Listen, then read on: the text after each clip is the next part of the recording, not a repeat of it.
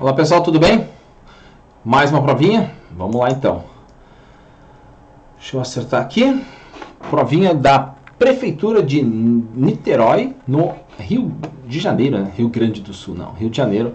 Prova para auxiliar administrativo. São 20 questões, né? Uma provinha um pouco mais extensa em relação às outras, né? Na verdade, de todas as provas 2018, 19 e 20, é a única da FGV que tem 20 questões. Bom, vamos lá. Começar pelo começo. A primeira pergunta é sobre qual é a extensão de arquivo que o Tito vai utilizar, né, ao salvar um arquivo do LibreOffice para garantir que universalmente, né, que ele tem uma aceitação universal para qualquer plataforma. Questão tranquila. A maioria das questões são tranquilas, tá? Doc, assim, obrigatoriamente tem que ter LibreOffice ou Word, né? Mas eu vou precisar de uma dessas ferramentas para a gente abrir. Então não é a melhor solução. JPEG é figura, TXT é um texto muito simples. Na verdade, não vou conseguir botar figuras e coisas, então não atende. Isso aqui é Excel. E a resposta, né, relativamente tranquilo, é PDF. Salvar em PDF vai garantir que qualquer pessoa... Hoje basta ter um navegador, né? Nos primórdios não, tinha que ter o Adobe Reader. Mas hoje o Chrome, o Mozilla, o Edge, eles já são capazes de abrir arquivos em PDF também. Então não preciso nem me preocupar com isso, tá? Então PDF é a solução para todos os problemas. Pense assim, eu tenho um arquivo lá do AutoCAD que eu preciso mandar para vocês. Se eu mandar no formato AutoCAD, qualquer outra ferramenta, né, Photoshop, que seja lá, vocês não vão ter o Photoshop e o AutoCAD para abrir. Como é que a gente faz isso? Eu mando em PDF para vocês, tá? Vamos lá. A questão número 2. O Tito quer colocar lá na primeira página, eu vou colocar aqui, tá? A data em que esse arquivo foi gravado, né? Ele quer ter uma informação para saber assim, a última vez que esse arquivo foi gravado. Qual que é o nome disto dentro do Word, né? Alguma informação que se altere automaticamente, data que foi impresso, data que foi salvo o arquivo, data e hora do dia que ele está sendo aberto, todas essas informações elas têm um nomezinho, né? Um lugar onde a gente vai colocar. Então não é no layout de página, não tem nada aqui no layout de página para a gente fazer isso. Não tem referências, né? No adicionar texto, nada disso, né? Estrutura de tópicos é um modo de exibição para mostrar o título dos capítulos, não nada a ver. Digitar manualmente a informação, bom, mas assim, como não dá, não sei, está escrito, né, que não tem como automatizar, claro que tem, né? Vamos ver, inserir, eu vou colocar aqui em cima, tá? Inserir, daí onde que isso está? Está aqui nessa partezinha do canto chamado partes rápidas. No partes rápidas a gente já tem algumas coisas prontas, ó. Autor, assunto, categoria, data de publicação, tem um monte de coisa, tá? Posso gravar um resumo, posso colocar palavras-chave, tem várias coisinhas prontas para fazer. Se isso não tem, né, não tem ali o que a gente quer, vamos para campos. E aí, em inglês, tudo isso aqui são informações que podem ser colocadas, tá? E uma delas é Saved Data, né? Save Date, né? A data que foi salvo o arquivo. Hoje é 5 de maio de 2020, março, né? Então eu vou colocar nesse formato aqui. Tá aí. Ele colocou a data. Se eu salvar esse arquivo amanhã, ele vai trocar essa data, ok? Então essa é a ideia de ter campos, né? Ó, se eu clico aqui, ó, em qualquer outra palavra, ela fica simplesmente posicionando no cursor. Nesse cara aqui, ele é um campo, então aí eu poderia pressionar F9 para atualizar esse campo. No caso, ele foi gravado hoje, né? Então, Ctrl Z aqui, Ctrl Z e vamos embora. Tá? É partes rápidas. Eu sei que o nome não ajuda muito, mas é isso aí, né? Aqui estão as partes rápidas, explorar partes rápidas, né? Inserir texto pré-formatado e assim vai, tá? Tem várias e várias informações que podem ser colocadas ali. Uma questão muito, mas assim, muito cobrada já. Né? Eu quero mandar um e-mail e não quero que ninguém saiba quem são as outras pessoas para quem eu mandei o e-mail. Ou seja, quero mandar um e-mail para vocês, né? Mas para você, mas não quero que você saiba quais são as outras pessoas que receberam este e-mail. E a gente tem um campo, né? Tem o campo para onde todo mundo ficaria sabendo, tem o campo CC, onde todo mundo também ficaria sabendo, e abaixo disso tem o campo CCO, com cópia oculta. Esse é o campo que a gente utiliza para fazer esse tipo de coisa, tá? CCO. As propagandas que a gente recebe, normalmente a gente só enxerga o nosso nome, nosso e-mail, né? Se a gente quiser que ninguém enxergue nada, coloca no campo CCO, tá? Aí não precisa mandar um e-mail, outro e-mail, um para cada pessoa. Não, coloca todo mundo no CCO e está resolvido. Então, campo CCO lá da telinha, né, de composição de uma nova mensagem. Tranquilo, né? As questões dessa prova em geral foram tranquilas. Essa aqui, ela foi anulada, tá? Eu diria assim que eles quiseram dizer que o recurso é disponível permite a partir de um conjunto de dados não fazer o quê? Porque as cinco alternativas tem uma que é ridícula, tá? Que não tem nada a ver. O resto, todas elas têm algo parecido. Vamos só entender como é que é uma mala direta para quem não conhece. Mala direta, eu tenho um documento, deixa eu ver se eu estou aparecendo aqui, aparece, né? Eu tenho um documento onde tem um texto base. Senhor cliente, daí abre vírgula, o nome do cliente, né? E seu saldo no dia tal, sugerimos botar esse dinheiro na bolsa de valores, muito obrigado, fulano, tal. Então, algum texto base e algumas informações que a gente gostaria de preencher individualmente para cada cliente.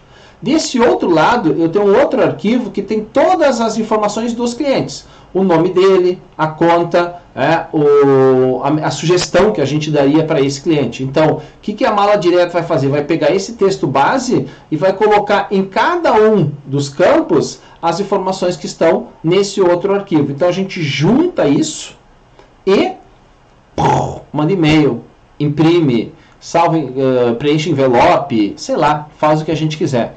Mas a ideia é que eu não preciso fazer um a um. Eu tenho um texto base e uma lista de contatos, de pessoas, com algumas informações que serão colocadas dentro desse documento aqui. Essa é a ideia de uma mala direta. E aí vamos procurar aqui o que está mais certo ou menos errado, sei lá. Primeiro, essa aqui não tem nada a ver, né? A coleta de dados pessoais em sites de comércio eletrônico. Não tem nada a ver de coleta de dados. Mas as outras 4, elas têm um pouco a ver, tá? Não sei, o cara se perdeu completamente nessa questão. A confecção de cartas personalizadas a partir de um texto base. Muito bom, é exatamente isso. Para mim, essa é a melhor alternativa. Não tem uma certa aqui, tá? A disseminação de mensagens de texto em grandes quantidades. Não está errado, porque eu vou pegar um texto e mandar para 1000 pessoas que tem nesse contato aqui. É uma mensagem de texto? Seria por celular? O que é mensagem de texto? É um SMS? Não sei. Um documento do Word também é um documento, uma mensagem de texto. Então não está todo errado. A produção de anúncios comerciais disseminados pela internet. Eu vou mandar por e-mail, então é internet. Posso mandar propaganda individual para cada pessoa na internet. Não está de todo errado. Tá? O envio de e-mails em grande quantidade. Sim, também pode ser. Então a B, a C, a D e a E são 4 alternativas. Elas são boas. Nenhuma delas é perfeita. Para mim a B é a melhor, né? Mas nenhuma das outras está de todo errado. Então aqui não tem uma resposta certa. Tá? Todas elas de uma certa forma, assim, com bom senso, dá para a gente aceitar. Como a questão foi anulada, então deixamos 4 alternativas corretas. A 5. Todas as provas da FGV têm uma questão de montar pesquisas no Google. Tá? Todas eu acho, né? Quase todas. Então tem que cuidar com isso aqui. O que eles querem? Né? Nessa questão aqui, se quer pesquisar cavalo de Troia, mas eu não quero nada envolvido com a guerra de Troia, que foi lá na antiga Grécia. Não quero. Então tem que tirar. O que a gente tem que fazer aqui? Tem que escrever cavalo de Troia, entre aspas, né? Porque é o que eu quero procurar. Tem 2. O que ele está fazendo aqui, meu? Não sei, né? Guerra de... Não, tudo errado. E aí a nossa resposta. Vamos entender? Cavalo de Troia vai procurar exatamente esse texto, porque está com aspas duplas. Menos Grécia, ou seja, não vai ter a palavra Grécia, porque ele quer saber do vírus, né, de uma praga virtual. Então, tira Grécia e tira guerra. Porque, como que a gente está tirando? Colocando um sinal de menos na frente. Tem que ser grudado, tá? Tem que ser grudadinho na palavra. Então, nesse caso, vai aparecer nas páginas, nos resultados, onde vai aparecer cavalo de Troia, não vai aparecer Grécia e não vai aparecer guerra. Letra E, tranquilo, né? Função do Windows Defender, também muitas vezes cobrado. O que vem a ser o Defender? Não tem nada a ver com hardware, não é um estabilizador, não é uma ferramenta de spam, tá? Não tem nada a ver com isso. Tentativa de quebra, uma ferramenta para tentar quebrar a senha do administrador? Não. O Defender é um spyware, é um anti-spyware, né? Porque ele diz aqui, né, proteção contra spywares. Então ele é um anti-spyware e outros programas maliciosos. Na verdade, ele protege o nosso computador contra vírus, contra spyware, contra war, contra todas as pragas virtuais. É 100% eficiente? Não, nenhum ou é. Mas a ideia do Defender é fazer a proteção desse tipo de coisa, tá? Então, letra D, Dinamarca, tem que saber o que o Defender faz. A 7 pede a extensão, cuidado, não é o formato, o nomezinho do formato, a extensão de arquivos de processador de textos. ODF, se dissesse assim, no LibreOffice, o formato dos arquivos normalmente usados para documentos, planilhas e apresentações o formato é ODF, Open Document Format, tá? Então isso aqui é o nome que se dá, mas não é a extensão. ODG, Presentation, isso aqui é do Impress. Aqui a gente está falando do Writer, né? Isso aqui é do Calc, Open Document Spreadsheet. E Open Document Text é esse cara aqui, tá? Alguns escrevem, né? Odeio texto, tá? ODT. O T é de texto, o S é de planilha eletrônica em inglês, que é Spreadsheet, e o P é de Presentation. Esses caras é bom a gente saber. E o ODF é um nome que se dá, um padrão, tá? Isso aqui é o padrão ODF. Tem as extensões ODP, ODF, e assim por diante, tá? Então isso aqui é um nome, não é uma extensão. Esse pontinho aqui tem que sair. A 8. A 8 a gente tem que cuidar um pouquinho. Ela, assim, se a gente for... Pelo menos eu, quando fiz ela a primeira vez, errei. A gente erra, tá? Porque a gente... Assim, ela me induziu a uma coisinha. Depois pensa, obviamente, que está tudo correto aqui. Eu tenho as palavras Brasil maiúsculo, Brasil minúsculo. Tem de qualquer jeito, tá? E eu quero padronizar elas num formato, no meu texto, que é extenso. Então, não vou ficar rolando lá para isso. Eu quero que as palavras brasileiro não sejam afetadas. Eu quero apenas Brasil, tá? Apenas isso aqui. E aí a gente precisa dizer quais são as coisas que a gente vai marcar lá no substituir do Word, né? Então, aqui no substituir...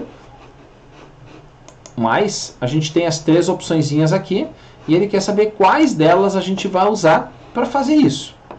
Temos que diferenciar maiúsculas e minúsculas. Eu marquei essa, tá? Não sei nem se tinha alternativa. Tinha, né? Mas assim, eu olhei, eu marquei, mas estava errado. Porque na verdade a gente não interessa, exatamente, eu não quero diferenciar maiúsculas e minúsculas. Onde está maiúsculo, eu quero transformar num padrão, chamado Brasil, né, com B maiúsculo, seja lá o que se quer. Mas, então esse aqui eu não marco, porque eu não quero diferenciar, não quero trocar só esse ou só esse, não, eu quero trocar todos, independente de estar maiúscula, minúscula e coisa assim, tá? Localizar a palavra inteira, claro, esse precisa estar marcado porque ele diz que ele não quer trocar o brasileiro. Então, tem a palavra Brasil aqui dentro, ele iria trocar. Não, mas não quero mexer em brasileiro. Então, só a palavra inteira, ou seja, ela tem um espaço na frente, um espaço atrás, ou um sinal de pontuação, né? Iniciando finalizando aquela palavra, grudado naquela palavra, quando finaliza uma frase, né? Então, esse cara não, e não precisa coringa também, não. Então, na verdade, a gente só precisa marcar o palavra inteira, que é a opção da nossa querida letra A de Argentina. A 9. Fonte. Conceito de fonte. Arquivo original. Documento sendo editado. Não, documento sendo editado. Um estilo para parágrafo. Não. Forma das letras e outros símbolos gráficos. Opa! Idioma utilizado. Não. É isso aqui, né? É o desenho da letra. Isto é o nome fonte. Times New Roman, Arial, Calibre. Teve uma prova da FGV que caiu a fonte chamada symbol e assim por diante, tá? Então, é o formato. É a forma como a letra vai ser escrita. Fonte. Extensão que não é usada para imagens. BMP. Sim, é um formato gigante, acabou o arquivo ficando grande. Era o formato do Paint lá no Windows XP. Tá? GIF é um padrão, a gente recebe no WhatsApp hoje em dia, né? Os GIFzinhos são as coisas animadas. Sim, também, é imagem, né? JPG, padrão, né? Muitos scanners utilizam isso, ou assim, ou com um E aqui no meio, igual, tá? Tanto faz. Formato padrão de mercado, né? E o PNG, eu diria assim, é o mais novo de todos eles, é o padrão do Paint. Hoje, se vocês pegarem o arquivo do Windows 10, do Paint lá, né? Faz alguma coisa no Paint do 10 e tenta salvar, ele vai salvar em PNG, que é um padrão estabelecido, um padrão independente, digamos assim, não é de uma empresa, que é um padrão de internet, tá? PNG, para quem gosta do inglês, é Portable Network Graphics. Então, é um gráfico portável. A ideia é que seja um arquivo realmente pequeno para a gente usar na internet. Tá? Então, figura, figura, figura, figura. CSV. Não, esse cara não é figura. CSV é um arquivo que a gente pode salvar no Excel e o Excel transformando isso num arquivo de texto. Tá? Então, por exemplo, eu tenho uma tabela, tenho informações no meu Excel, eu quero transformar isso num arquivo texto. CSV, tá? CSV é um padrão de mercado que eu posso importar em qualquer ferramenta. Por exemplo, eu tenho uma planilha e eu quero que essa planilha seja utilizada lá pelo meu sistema de RH. Provavelmente em XLSX não vai funcionar. Então, o que a gente faz? A gente salva em CSV, tá? Questão 11, né? A 11 pergunta o que vem a ser banda, né? Então, ó, conceito. O que é fonte? O que é banda? O que é banda de rede? Né? Banda quando a gente está falando de rede de computadores. Né? Banda larga. Todo mundo já ouviu esse termo. Banda larga é normalmente usado para a internet, né? Quando a internet tem uma velocidade boa. Então, quantidade de memória do modem, não, a gente nem sabe isso, tá? Ninguém sabe quanto tem de memória no modem. Ao limite de tamanho, não tem nada a ver com um limite, tá? Ao limite de tempo de uma conexão, não. Hoje as conexões de ADSL, cable modem, 3G, 4G são praticamente ilimitadas em termos de tempo, tá? Ao número máximo de arquivos que podem ser transmitidos, não, isso é a largura em si da banda, ela tem um pouco a ver, né, mas é um cálculo que tem que ser feito, né, mas a banda é velocidade, é um sinônimo de velocidade. Quanto maior a banda, mais arquivos eu vou conseguir mandar naquele conteúdo lá, mais rápido vai ser a minha navegação e assim por diante. Então, velocidade de transmissão de dados, tá? A 12, mais uma questão muito tranquila e muito batida já. A internet oferece a navegação mais segura. Qual é o prefixo que a gente vai utilizar para fazer navegações seguras? URL, não, né? Não tem nem muito o que explicar, né? HTTPS, usando o Szinho de segurança, que na verdade faz com que o conteúdo entre os dois pontos ele seja criptografado. Então eu estou criptografando o conteúdo do A para o B, do B para o A, do A para o B e assim por diante. Essa criptografia é feita através de certificados digitais, usando, estamos indo bem adiante, né? Usando chave pública e chave privada. Tá? Então a criptografia é o que traz efetivamente essa segurança a mais. HTTPS. Quando a gente manda um arquivo, né, do nosso computador para um outro computador remoto, tem um nome isso. Tá? O outro caso, quando eu pego alguma coisa da internet e trago para o meu computador, peguei da internet e trouxe para o meu computador, aí é download. Quando a gente manda, é como se fosse para cima. Down é para baixo. Então eu estou trazendo da internet, né, para baixo. Download. Quando eu subo, mando para a internet, eu estou fazendo um upload. Né? Up para cima e load é uma carga. Então uma carga para cima. Letra E, Equador. 14. A gente tem colunas no nosso querido Excel. Depois da coluna Z, de zebra, qual a coluna que vem? Tá? Dali a resposta, né? Então, a 27ª coluna é rotulada como AA. Tá? E aí vai, depois do AA vem AAAA e vai indo, né? Então, ele vai sempre colocando letras. Né? Os números são as linhas. As colunas são formadas por letras. Claro, nem sempre a gente vai usar isso, mas ele queria que a gente soubesse, tá? 2A, não. Números é para linhas, tá?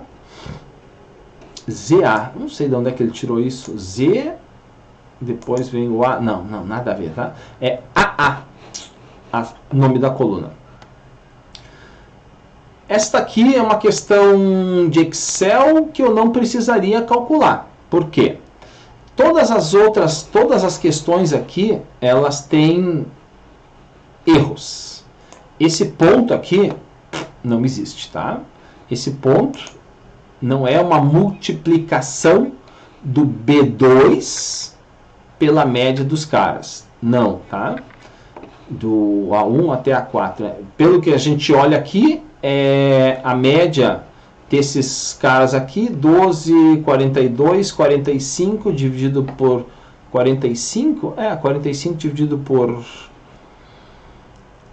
4 vezes B2, vezes 2, deve dar isso aí, né?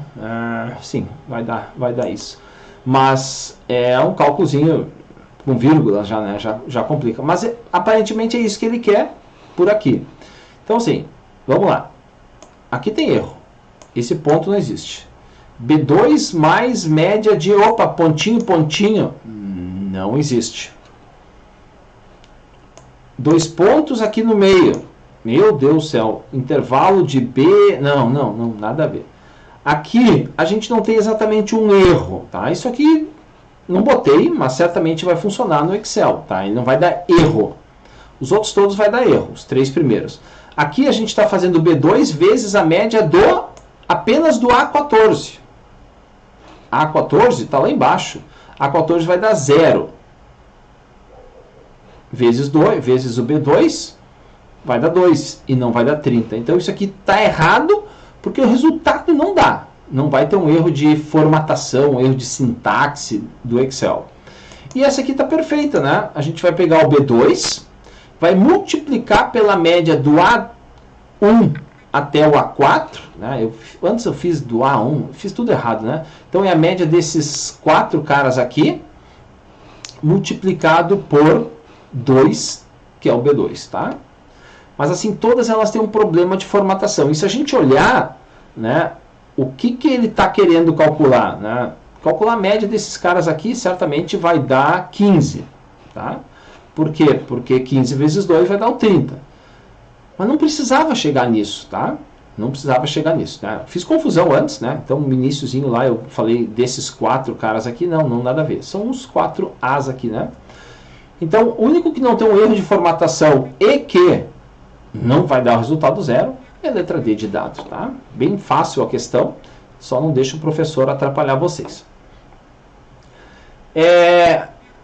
Estou gravando várias provas, né, da FGV. Essa aqui é a segunda prova que cai o mesmíssimo conceito, que é o que foi feito para que o título que estava usando uma célula agora passe a usar duas células.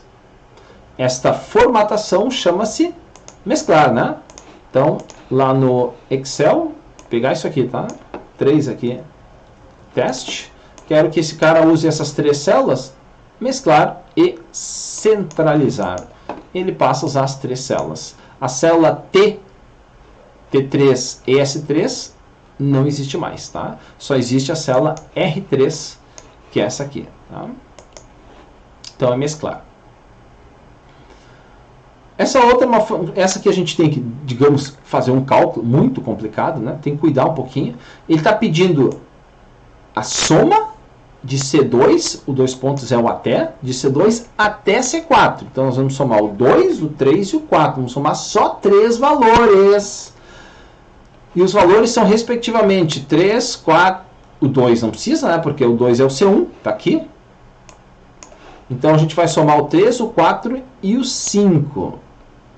Qual que é o valor da soma, né? Da 9, 10, 11, 12. É claro que se a gente não enxergasse esse 2 e fizesse o cálculo dos 4 numerozinhos, claro que ia ter uma resposta certa, né? Mas a gente só vai somar o C2, o C3 e o C4. Então a gente vai somar o 3, o 4 e o 5. Dá 9, 10, 11, 12. Tá? 12 resposta aqui. Tá? Questões tranquilas, né? Sem grandes dificuldades. O nome da ferramenta semelhante ao Excel. Quem está estudando não pode deixar de saber isso. Tá? O Calc. O Draw é a ferramenta para desenhar. Isso aqui é desenho, né? O Math é uma ferramenta para a gente fazer funções matemáticas, né? Fazer o Bhaskara lá e coisas do tipo. Sheet, não existe essa ferramenta. E o Writer é a ferramenta de edição de texto. Então, nada a ver, tá? Essa aqui nem existe. A 19, esta é a mais chata da prova, né? Para mim sempre tem uma questão. Os caras sempre dizem, vamos escolher uma questão chata. Bom, essa aqui é a chata da prova, tá? Vamos lá. Vamos abrir uma calculadora aqui. Várias questões semelhantes a essa já apareceram nas provinhas da FGV. O que nós temos? Nós temos um arquivo chamado nomes.txt que contém o nome completo dos clientes com o CPF. Aí a pergunta que eu tenho para fazer para vocês. Qual é o tamanho do nome completo das pessoas? Não, média, né? O tamanho completo das pessoas no Brasil. Pelé, Edson Arantes do Nascimento. Acho que tem até mais nomes nele, né? Mas isso deve dar uns 40 caracteres. O meu, 6, 7, 8, 6, 15. Acho que dá. O Márcio Runic deve ter uns 15 caracteres. Acho que menos. Então, qual é o tamanho de um nome? Nós, aqui, vamos convencionar 30, tá? Então, cada nome de pessoa vai ter, em média, vai dar uma média de 30 caracteres. 30. O CPF, ele tem 9, mais 2, mais o hífen. Mas eu botei pontos no meio. Bom, não está dito aqui. Então, vamos considerar 15 caracteres para o nome, tá? Mais 15. Cálculo difícil, eu sei disso, tá? Então, cada linha tem mais ou menos, para a gente aqui, 45 caracteres. Como cada caractere consome um byte, nós temos 45 bytes em cada linha. São 10.000 linhas vezes 10.000. Ok. Então, o número que a gente tem é 450.000 bytes. De byte a gente leva para kbytes. Divide por 1024. Este número aqui, 439 kbytes, é mais próximo de qual aqui? Letra C, 500K.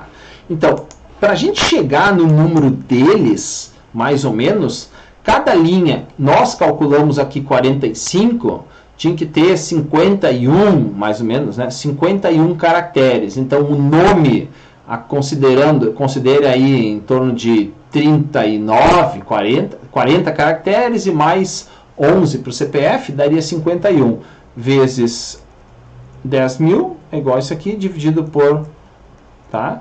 Daí o 498. Então, eles dizem tudo em aproximadamente, hein? Aproxima-se do tamanho. Então, um tamanho de arquivo que consiga comportar 10.000 nomes completos mais o CPF, dá em torno de 500 mega, tá?